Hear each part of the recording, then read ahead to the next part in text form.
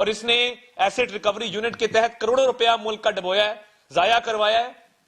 Asset recovery unit کا جواب دیں کہ ٹیکس پیئرز کے پیسے سے جو عیاشیاں کی جاتی ہیں, بار کے دورے کیے جاتے ہیں, اس کا حساب کس نے دینا ہے؟ اور اس شہزاد اکبر نے 3 سال جو وقت ضائع کیا ہے, اس نے اس ملک کی کشتی ڈبوئی ہے. معیشت آج تباہی کے دہانے پر ہے. ان کے اپنے لوگ کہہ رہے ہیں کہ دیوالیہ ہو چکی ہے, اور ان کو شرم نہیں آتی کہ یہ روز وہی راگ گلاپتے ہیں. کچھ ہے, آؤ عدالت میں اور سامنا کرو. یہ روز کی جو آپ نے ٹی وی پہ ٹینٹیں لگائی ہوئی ہے, یہ اب نہیں چلے گی. آپ روز ایک نیا پلندہ اٹھا کر لے آتے ہیں. عدالتوں نے یہ پہلے بھی اٹھا کے پلندے باہر مارے, انشاءاللہ بعد میں بھی ماریں گی. ملک احمد خان صاحب.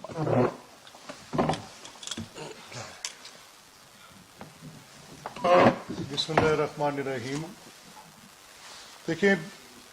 جو آج میں نے شہزاد اکبر کی پریس کانفرنس سنی تو مجھے یہ احساس ہوا کہ غالباً شہزاد اکبر پراپرلی وہ ڈاکومنٹ بھی نہیں پڑھ پا رہے جو ایف آئی اے نے کورٹ میں بطور چلان سبمٹ کیا ہے. کم و بیش اس کے مندرجات وہ تھے, لیکن جب اس کو شہزاد اکبر نے اپنے الفاظ دیے تو ان کے ٹوٹل معنی تبدیل کر کے رکھ دیے. ضروری بات یہ ہے کہ شہزاد صاحب پچھلے 3 سال سے, جب سے یہ حکومت کا وجود ہے, شہزاد صاحب کے اوپر پہلی انڈائٹمنٹ آپ کے سامنے سپریم کورٹ میں آئی جب ایسٹ ریکوری یونٹ کے پاس کم و بیش اسی نوعیت کا معاملہ ایک honourable member of supreme court کے بارے میں تھا. تو جب وہ بات سامنے آئی تو پوچھا گیا کہ کیا اختیار تھا جس کے تحت یہ تفتیش کی گئی, اور کیا جرم تھا جس کے تابع یہ تفتیش کی گئی, اور کس قانون کے تحت کی گئی. ان تینوں باتوں کا جواب شہزاد اکبر کے پاس نہیں تھا, اور دین اٹارنی جنرل وہ ان کی سٹیٹمنٹ کورٹ کے اندر, اور شہزاد اکبر صاحب کا اپنا بیان اس بات کو مکمل طور پہ تسلیم کرتا تھا کہ انہوں نے جو کچھ بھی کیا وہ غیر قانونی تھا. اچھا, آج تک ہم نے یہ نہیں دیکھا تھا کہ ایک منسٹیریل پورٹ فولیو, یعنی آپ گورنمنٹ ہیں اور آپ کے پاس وزارت ہو اور آپ تفتیش کو کنٹرول کرتے ہو, یعنی پولیٹیکل انٹرفیئرنس کسی انویسٹیگیشن. یہ پاکستان کی ڈیفرنٹ ہائی کورٹس میں اور سپریم کورٹس کے اندر یہ فیصلے ایک نہیں متعدد بار اور 20 ججمنٹس اس کے اوپر ہیں کہ گورنمنٹ تفتیش میں, انویسٹیگیشنز میں, چاہے وہ ایف آئی اے کی ہو چاہے وہ نیب کی ہو, اس میں گورنمنٹ اپنا کنٹرول پرووائڈ نہیں کر سکتی. اور یہاں پر تو پوری الٹی گنگا بہائی گئی, یعنی ایک کیبنٹ میں پوزیشن کریٹ کی گئی اور شہزاد اکبر کو یہ اختیار دے دیا گیا کہ وہ میڈلنگ کریں انویسٹیگیشنز کے اندر اور اپنی مرضی کے نتائج تفتیش میں سے حاصل کریں. اب پہلا انہوں نے یہ جو حملہ کیا وہ نیب میں کیا, سملر سیٹ آف ایلیگیشنز تھا, انہی الزامات کے تحت وہ نیب کے پاس لے کر گئے, وہاں پر منی لانڈرنگ کا انہوں نے ایک پورا خاکہ پیش کیا. خاکہ کیسے پیش کیا؟ اب اگر ایک کاروباری ادارہ ہے, اس ادارے کی 10 سال کی ٹرانزیکشنز اگر آپ بینکس کے ساتھ اٹھا لیں گے تو وہ کئی 100 کروڑ میں ہونی چاہیے. بڑا کاروباری ادارہ ہے, اگر 10 سال میں وہ کاروبار کا حجم, ان کے بینکوں کے قرضے کتنے ہیں. میں تو یہ چاہوں گا کہ یہ جو شریف گروپ آف انڈسٹریز ہے, یہ شہزاد اکبر کو ایک لیگل نوٹس اور ایک قانونی چارہ جائی کرے اگر ان کے بینکس کے ساتھ کچھ معاملات ان انویسٹیگیشنز کی وجہ سے, جو کہ صرف شہزاد اکبر کی خواہش کے نتیجے میں کی گئیں, عمران خان کو مطمئن کرنے کے لیے اور خوش رکھنے کے لیے, اور جیسے بھی عطا کہہ رہے تھے اپنی نوکری پکی کرنے کے لیے. تو جھوٹے الزامات کی کوئی ایک لسٹ نہیں تھی, ایک پوری لائن تھی جو پہلے انہوں نے نیب میں سٹارٹ کی, پھر آپ کے سامنے جو نیشنل کرائم ایجنسی انگلینڈ کے اندر تھی, اس یو کے کی ایجنسی کی جو رپورٹ آئی, اور جو لاہور ہائی کورٹ کا فیصلہ تھا. اگر آپ 3 ڈاکومنٹ سامنے رکھ لیں تو سارے بندوں کو یہ دیوار پہ لکھا ہے, ایک وہ شخص جو بینائی سے محروم ہے, جو بالکل اندھا بھی ہو, جو شہزاد صاحب آنکھیں رکھنے کے باوجود اگر اندھے ہیں تو مجھے اس پہ کوئی اس میں کوئی مجھے چمبے کی بات نہیں ہے. یعنی وہی جواب جو ہم نے پہلے نیب کے سامنے رکھے, کورٹ نے تسلیم کیے, اور ٹینٹیٹو اسیسمنٹ میں بھی ہم نے اس کی وہ جو عدالت کے 2 نقطے ہوتے ہیں, یعنی ضمانت کے موقع پر آپ یہ سمجھتے ہیں کہ وہ کہتے ہیں کہ سرسری طور پر ہم شواہد کو دیکھیں گے, اور پھر اس کے بعد جب کوئی ٹرائل کی صورت آتی ہے تب وہ کہتے ہیں کہ ہم نے بغور جائزہ لینا ہے, ایک ایک نقطے کو دیکھنا ہے. جب سرسری طور پر دیکھتے ہوئے آپ نے ان الزامات کو ردی کی ٹوکری میں عدالتوں کو پھینکتے دیکھا تو چہ جائے کہ جب وہ ٹرائل کے پروسیس میں سے گزریں گے ان میں سے کون سا سٹینڈ کرے گا. یہ سارے کے سارے الزامات غلط تھے. تو شہزاد اکبر کا یہ میں سمجھتا ہوں it is out of share desperation, وہ یہ سمجھتے ہیں کہ شہباز صاحب کے خلاف وہ ایک میڈیا ٹرائل، اور اس گورنمنٹ نے کیا کیا؟ ابھی آپ کو یاد ہوگا اسلامی نظریاتی کونسل کے جو ہمارے چیئرمین ہیں قبلہ ایاز محترم، انہوں نے ایک سٹیٹمنٹ دی تھی جو مجھے بڑی اچھی لگی، بڑی ریساؤنڈنگلی ایک بڑی ری افرمنگ سٹیٹمنٹ تھی، جس میں انہوں نے کہا کہ کردار کشی کرنا، یعنی آپ نے ایک مقدمہ قائم کیا ہے اور اس سے پہلے اگر آپ کردار کشی کرنا شروع کر دیں اور لوگوں کے خلاف ایک میڈیا ٹرائل کھڑا کر دیں تو اس کے نتیجے میں کیا ہوتا ہے، یعنی آپ کو وہ جو انصاف کی توقع ہوتی ہے وہ آپ پہلے کسی شخص کی ڈگنیٹی کو ایروڈ کرتے ہیں۔ تو کل فواد بیٹھے ہوئے تھے ٹی وی پر آ کے اور وہ آ کے کہہ رہے تھے کہ میں جسٹس ولی الدین کے خلاف مقدمہ لے کے، عمران خان کے والا مقدمہ لے کے ہم کورٹ میں جا رہے ہیں یا ان کے خلاف مقدمہ قائم کر رہے ہیں۔ کس لیے کر رہے ہیں؟ کہ وہ کہہ رہے ہیں کہ انہوں نے جھوٹ بولا ہے کہ عمران خان کا جو کچن تھا وہ چلاتے رہے جہانگیر ترین یا کوئی اور ان کے فائنانسر یا وٹ ایور،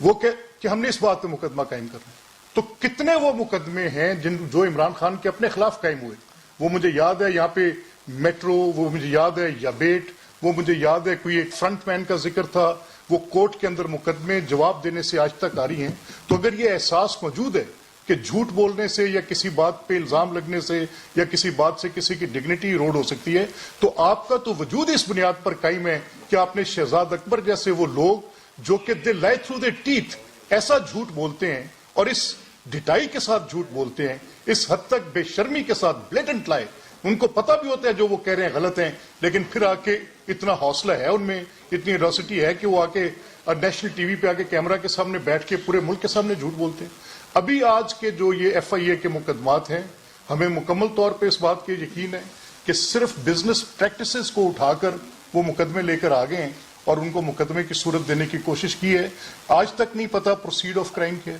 آج تک نہیں پتا کہ کس جرم کی وجہ سے یہ مقدمات قائم ہیں، آج تک نہیں پتا کہ جس کو یہ پریونشن آف کرپٹ پریکٹسز 1947 اس کی ڈیفینیشن بھی پڑھی ہے آپ نے۔ کرپٹ پریکٹس کا آپ کو پتا ہے کہ انگریڈینٹس کیا ہیں، کرپٹ پریکٹس کا آپ کو پتا ہے کہ کسی کے بزنس کے ساتھ لنک کرنے، ان سب چیزوں کے کانسیکوینسز ہوں گے۔ یہ جو عطا بھی کہہ رہے تھے کہ ان کو ہم نے بھاگنے نہیں دینا، ہم قانونی طور پہ یہ کہہ رہے ہیں، ہم کو یہ نہیں کہہ رہے کہ ہم نے ان کو گریبان سے آ کے پکڑ لینا ہے یا ہم نے ان کو، ان سب چیزوں کے اس ملیشیس فالس پروسیکیوشن کے سی آر پی سی کے اندر قوانین موجود ہیں جو یہ کہتے ہیں کہ جب یہ مقدمات، اور پھر یہ مقدمات فٹ پرنٹ اویلیبل ہے، گورنمنٹ کی اما کے اوپر مقدمات قائم کیے جا رہے ہیں، شہزاد اکبر ان کے اوپر اپنا پولیٹیکل کنٹرول پرووائڈ کر رہے ہیں، شہزاد اکبر ہر روز درج کی جانی ہے ایف آئی آر کے بعد، روز جمع کروائے جانے والے چلان کے بعد یہ ثابت ہوتا ہے کہ شہزاد اکبر ان کے اوپر اپنی ایک امپرنٹ دیتے ہیں۔ ہمیں فرق نہیں پڑتا، ہم نے بڑی خندہ پیشانی کے ساتھ ہر الزام کو سنا بھی ہے، سہا بھی ہے، اس کا جواب بھی دیا ہے۔ میاں نواز شریف صاحب کے اوپر مقدمات قائم کیے، کوئی لگ بھگ 100 سے اوپر پیشیوں پر وہ عدالتوں میں گئے اور انہوں نے جا کر اپنے وہ شواہد، جن کو یہ کہتے ہیں کہ وہ شواہد بتائیں۔ نان ڈیکلریٹری لاز جو ہوتے ہیں وہ ٹریول کرتے ہیں، لاز وقت کے ساتھ اپنی حیثیت تبدیل کرتے ہیں، بدلتے ہیں، ریکوائرمنٹس کے مطابق نئے قوانین بن جاتے ہیں۔ اگر آج ایک قانون جو ہے وہ آپ اس کے متعلق کہہ رہے ہیں کہ اس کے تحت کیا گیا کام جو کل آپ نے کیا تھا تب لاز کو ایک جرم نہیں کہتا تھا، آج اس کو کہتا ہے، آپ کی ان ایکسپلینیشنز کو ہم سمجھنے سے قاصر ہے۔ ہماری بات بالکل شہزاد اکبر کا یہ کہا کہ کہنا کہ شہباز صاحب، میں یہ کہتا ہوں شہزاد صاحب کہ شہباز صاحب کی ذات مواخذے سے آپ نے ابھی تک کوئی ایک جرم بتائیں تو صحیح نا۔ آپ کہتے ہیں وہ سرغنہ ہے، ہم کہتے ہیں کہ آپ سرغنہ ہیں اس جھوٹ کے، اس بریگیڈ کے جو کہ گورنمنٹ کی چھتر چھایا میں پل رہے، آپ کے منسٹرز کی ایک فوج پچھلے 3 سال سے، تو کہاں پر یہ امپریشن قائم کر سکی؟ کیا یہ امپریشن کل خانے وال میں قائم ہوا؟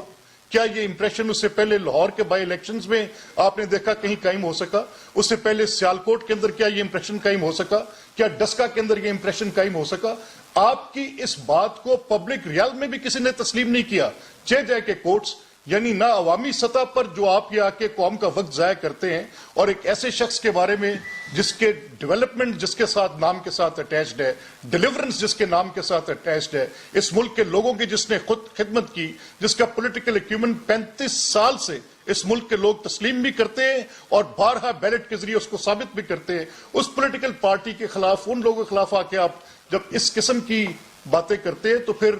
بڑا کلیئرلی یہ ایویڈنٹ ہے، یہ بات نظر آتی ہے کہ آپ کی ساری باتیں بدنیتی کے اوپر مبنی ہیں۔ آپ 3 باتوں کو میں آپ کی بات کر کے میں اجازت چاہوں گا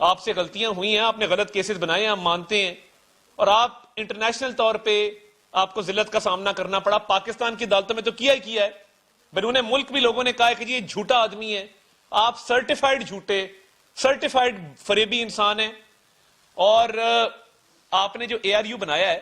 ٹیکس پیئرز کے پیسے سے آپ وہاں پہ لوگوں کو تنخواہیں دیتے ہیں, فورن ٹرپس کرتے ہیں, عیاشیاں کرتے ہیں پاکستانی عوام کے پیسے پر. کیا بتانا پسند کریں گے کہ کتنے کروڑ روپے خرچ ہوئے ہیں ایسٹ ریکوری یونٹ بنانے پر اور اس کو قائم رکھنے پر, اور اس کا حساب ایسٹ ریکوری یونٹ کا کس نے دینا ہے؟ آپ باہر بھاگ کے چلے گئے تو ہم تو یہاں آپ کے جو ایسوسیٹس ہیں ان سے ریکوریاں کرتے پھریں گے. تو یہ عمران صاحب نے جو سفری پابندی لگائی اور سزنش جو ہم کی ہے اس کی 3-4 دفعہ, اور وہ لوگوں میں کی ہے کہ تم روز فائلوں کے پلندے اٹھا کے لاتے ہو, نکلتا کچھ نہیں ہے عدالتوں میں, اور نکلنا بھی کچھ نہیں ہے ہی کچھ نہیں. دیں معلم جبا کا جواب, دیں ہیلی کاپٹر کیس کا جواب, دیں وہ بی آر ٹی پشاور جس پہ سٹے لیا ہوا ہے آپ نے, دیں جواب فورن فنڈنگ کا. آپ کے لیے آٹا, چینی, ایل این جی اور ادویات کے سکینڈل ہی بڑے ہیں. عمران نیازی نے اپنی ناک کے نیچے پہلے آٹا ایکسپورٹ کیا, جب قلت پیدا ہوئی امپورٹ کیا, لوکل قیمتیں اوپر چلی گئیں. پھر چینی کا یہ حشر کیا, چینی کی قلت تھی, ایکسپورٹ کر دی, قیمتیں اوپر چلی گئیں, پھر امپورٹ کی. تو یہ جواب دینا ہوگا, ایک ایک پائی کا آپ سے حساب لیں گے. اور شہزاد اکبر صاحب, ہم نے لیگل سیل بنا دیا ہے, آپ کے خلاف ہم درخواست بازی بھی کریں گے, اور آپ کے باہر جانے کے حوالے سے ہمیں جو اطلاعات ملی ہیں اور جو عمران نیازی صاحب نے آپ کا نام انفارمل ای سی ایل پہ ڈالا ہے اس پہ بھی قانونی چارہ جوئی کریں گے. ہمیں خدشہ ہے کہ آپ بہت جلد باہر بھاگنے والے ہیں. تو یہ پہلی دفعہ تاریخ میں ہوا ہے کہ ایک وزیر اعظم نے اپنے ہی وزیروں کا نام ای سی ایل میں ڈال دیا ہے, کیونکہ آنے والے دنوں میں ان کو نظر آ رہا ہے کہ یہ میں تو نہیں رہوں گا تو یہ مجھے چھوڑ کر بھاگ جائیں گے, تو کسی کو بھاگنے نہیں دیا جائے گا. عوام کی جو آپ نے دولت لوٹی ہے ایک ایک پائی کا آپ سے حساب لیں گے. اور یہ جو خانے وال کا بائی الیکشن ہے اس نے آنے والے عام انتخابات کا ٹرینڈ سیٹ کر دیا ہے. انشاءاللہ اللہ کے فضل سے یہی رزلٹ عام انتخابات میں بھی آئے گا. آپ کی حکومت نہیں ہوگی, آپ شاید ہو سکتا ہے تیسرے چوتھے نمبر پر چلے جائیں, آپ کی ٹکٹ لینے کو کوئی تیار نہیں ہے. آپ کے اپنے پارٹی کے ممبران نجی محفلوں میں بیٹھ کے کہتے ہیں کہ جو حالات ملک کے ہو گئے ہم عوام کے پاس کیا منہ لے کے جائیں گے, پی ٹی آئی کی ٹکٹ لیں گے. میں یہ بڑا واضح کہہ دوں, جو امیدوار پی ٹی آئی کی ٹکٹ لے گا وہ -10-20 ہزار سے گھر سے لے کے نکلے گا. اس کو وہ لیڈ کور کرنی پڑے گی جو مہنگائی, بے روزگاری اور غربت اور بھوک کی وجہ سے ہے. تو یہ پی ٹی آئی بالکل آنے والے دنوں میں بالکل فارغ ہو چکی ہے. اب کسیانی بلی کھمبا نوچے, وہ صورتحال ہے, اور انشاءاللہ کسی کو بھاگنے نہیں دیا جائے گا.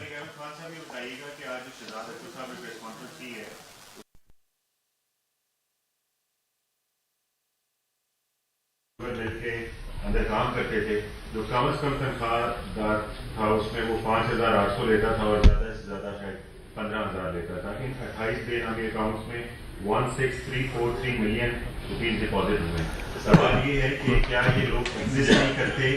یا ان کے اکاؤنٹ میں پیسے نہیں آئے؟ یہ جو تمام تر سٹوری بنائی گئی ہے چلان کی صورت میں جو کہ ایف آئی نے سبمٹ کرائی ہے, یہ ساری کی ساری کنکاکٹڈ ہے کیا؟ نہیں, دیکھیں یہ بیسکلی مسکنسیوڈ ہے. اس کو ہم اس لیے مسکنسیوڈ کہتے ہیں کہ بے نامی کی ڈیفینیشن ہے, اور میرا یہ خیال ہے کہ جو ایف آئی اے اتھارٹیز تھیں انہوں نے بھی تعصب کی اتنی گہری اینک شہزاد اکبر کے کہنے پہ پہن لی کہ وہ بے نامی کی بیسک ڈیفینیشن سے بھی واقف نہیں رہے. جب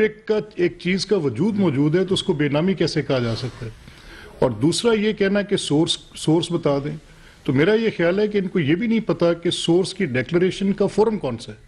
اب جب اس ملک کے اندر ایک قانون موجود ہے اور وہ قانون یہ تقاضا کرتا ہے کہ میں کچھ اپنے جواب ایف بی آر کو دوں, کچھ ڈیکلریشن میں ای سی پی کو اپنے جواب دیتا ہوں, کچھ مجھ سے تقاضا کرتے ہیں کہ میں اپنے جوابات جو ہیں وہ سرٹن ڈپارٹمنٹ کو آ کے دوں, تو یہ مجھ سے ان کا تقاضا کرنا انلیس دے الج, جب تک مجھ پر یہ الزام نہیں لگاتے کہ یہ جرم ہے, یہ آپ نے ملک صاحب سے اتنی کک بیک وصول کی, اس کی وضاحت کریں, یا یہ وہ پیسے ہیں جو آپ کے پاس گئے فلاں پروجیکٹ کے تحت گئے. آپ نے اتنے بڑے بجلی کے کارخانے لگائے جس نے اس ملک کے اندر اتنے ہزار میگا واٹ ایڈ کر دیا, ایک پائی کی کرپشن نہیں. آپ نے اتنے میٹرو کے پروجیکٹس لگائے, آپ کے 5 میٹرو کے 4 پروجیکٹس ایک طرف اور بی آر ٹی ایک طرف, یہ آپ نے